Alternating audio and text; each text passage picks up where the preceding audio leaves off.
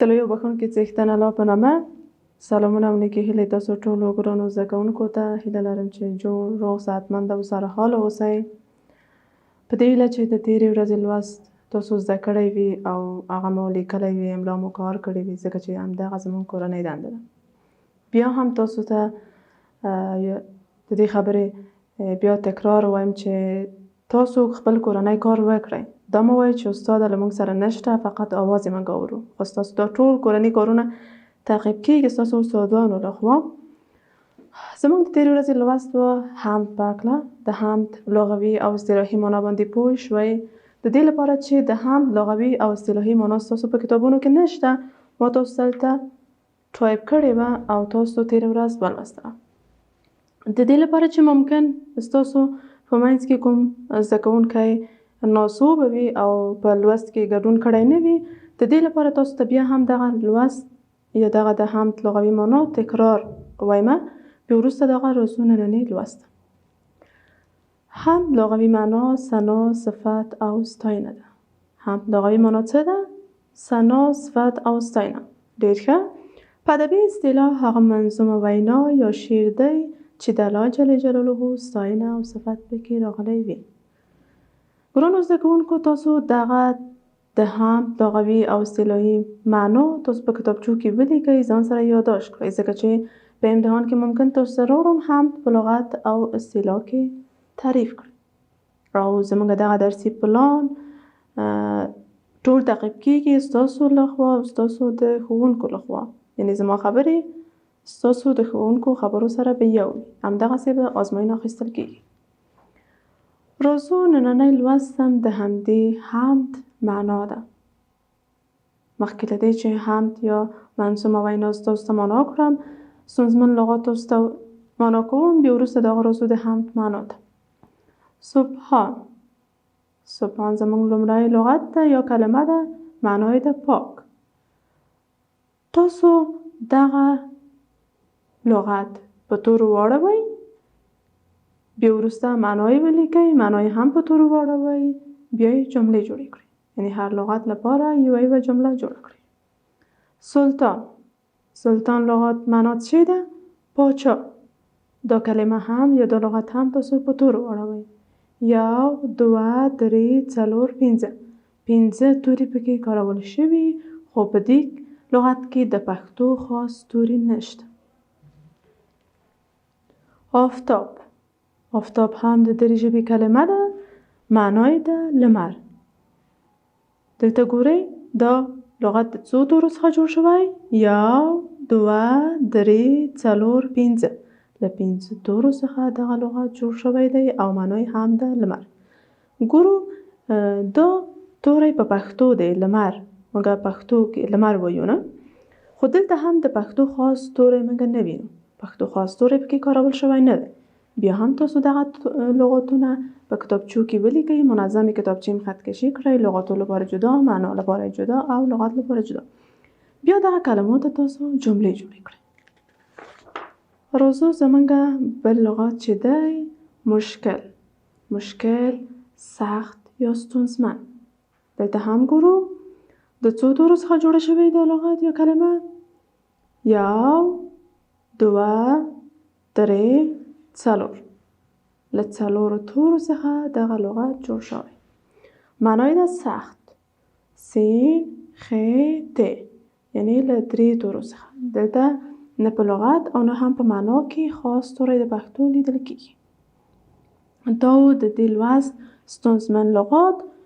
تاسو دغه لغاتونه په جملو کې وکاروئ، ساده جملې ورته جوړې کړئ. هڅه وکړئ چې په جملو لیکلو کې ستاسو املا سمه وي او سمې ولیکئ. راځو د لومړی لوست زموږ و حمد. په تېره لوست کې زموږ موخه څه وه؟ د حمد لغوي معنا پوهېدل، د دې نظم سمه لوستله او په کتابچو کې لیکل او کورنۍ کار هم و املا کار وکړئ. انشاءالله مطمئنم چې تاسو ټول ګران زده کوونکي زما خبرې اورئ او هغه باندې عمل کوئ. مطمئنم چې تاسو د حمد لغوي معنا له یاده کړئ، اصطلاحي معنا تاسو له یاده کړئ، په کتابچو کې هم لیکلې او دغه نظم هم تاسو په خپلو کتابچو کې لیکلی دی او د دې املا مو کار کړی. زه په دې خبره باور لرم که زه تاسو سره وای نو ما به دا ټول نظم تاسو څخه پوښتنه کړی وای معنی او البته املای بیا هغه ستاسو زده. خیر ستونزه نشته انشاءالله چې وروسته له دې رخصتیو څخه تاسو خپل استادانو سره دغه درسي پروګرام بیا پر مخ بیایي. بیا ستاسو ګران استادان دغه ټول درس تاسو سره تعقیبوي او ستاسو څخه املای پوښتنه کوي. راځو دغه هم زه تاسو ته معنا کوم. په نامه د هغه خدای مې دا بیان دی چې یو نوم یې په نومونو کې سبحان دی. وای د هغه خدای په نامه زه دغه وینا یا بیان کوم چې د هغه په نومونو کې یو نوم یې څه دی؟ سبحان. لغت کې ووایي د معنا څه دی؟ پاک. ډېر ښه. په نامه د هغه خدای مې دا بیان دی چې یو نوم یې په نومونو کې سبحان دی. موږ ویلې وای د هغه خدای په نامه دا بیان یا دا لوست پیلوم چې په نومونو کې یو نوم یې څه دی؟ سبحان. ډېر ښه. هم پادشاه دی د جملو پادشاهانو، هم د هر یو سلطان په سر سلطان دی. وای د ټولو پادشاهانو په منځ کې حقیقي پادشاه دی او د هر یو سلطان په سر سلطان دی. یعنی څومره قدرت، څومره پادشاهان چې په ټوله نړۍ کې دي، حقیقي پادشاه په هغوی کې زموږ خدای پاک دی. یعنی دا ټول نړۍ چې ده خدای پاک پیدا کړې ده او حقیقي پادشاه هم زموږ الله جل جلاله دی. هغه کار چې هر چا ورته مشکل دی، هغه کار واړه ده ته آسان دی. یعنی هغه کارونه چې هر چا لپاره مشکل وي، ستونزمن وي او هغه نشي پر مخ بیولی، هغه ټول کارونه زموږ الله جل جلاله ته ډیر آسانه دي. موږ او تاسو باید تل د خدای پاک عبادت وکړو. کوم اعمال چې موږ ته یې ویلي دي هماغه پر مخ بوځو. هیڅکله هم داسې کار ونه کړو چې زموږ د دین او شریعت سره مخالفت ولري. ځکه که چیرې موږ د خدای پاک مینه ترلاسه کړه او خدای پاک په موږ مهربانه شو نو موږ ټول کارونه به موږ ته آسان وي. د هماغه لپاره موږ په هر کال کې د خپله د کال لومړی لوست په څه شي پیلوو؟ د خدای پاک په نامه. ځکه چې موږ او تاسو سره مرسته وکړي چې دغه پروګرام یا درسي موخه چې موږ په یو کال کې لرو په ډېر بریالیتوب سره پر مخ بوځو. څوک آفتاب شي پر اسمان راخیژولی، د آفتاب راخیژولی پر اسمان دی. وای څوک دی په دې نړۍ کې چې دغه لمر پر اسمان باندې راوخیژوي؟ هیڅوک هم نشته. یوازې او یوازې دا کار څوک کولی شي؟ زموږ الله جل جلاله، زموږ پروردګار، زموږ خالق. دا و زموږ د نن ورځې درس چې عبدالرحمن بابا دا شعر ویلی و. بیا هم تاسو ته د دې حمد په مفهوم باندې خبرې کوم. موږ ویلې حمد لغوي معنا ثنا او صفت دی او په دې حمد کې چې رحمان بابا ویلی دی، رحمان بابا وایي زه د خپله هر بیان، هر وینا د خدای پاک په نامه پیلوم. هغه خدای چې په نومونو کې یو نوم یې څه دی؟ سبحان دی.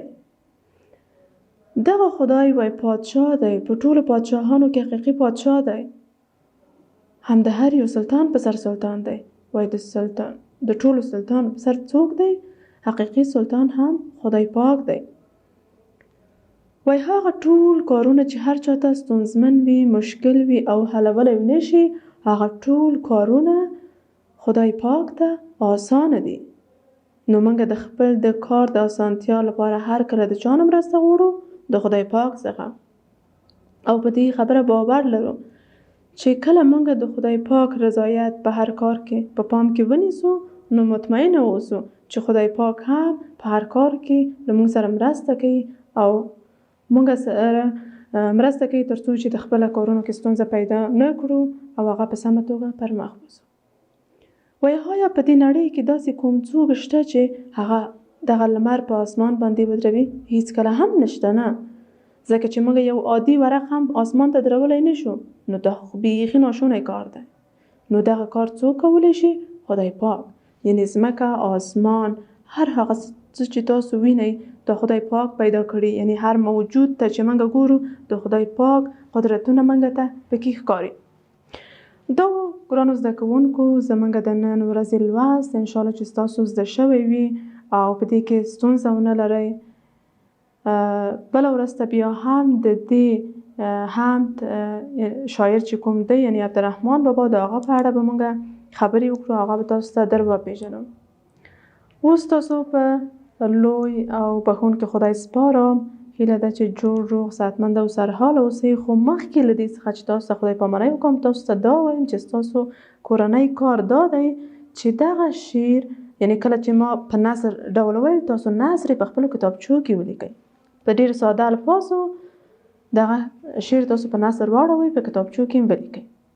الله مو مل شه. خدای پامان. ستاسو د بریالیتوب په هیله.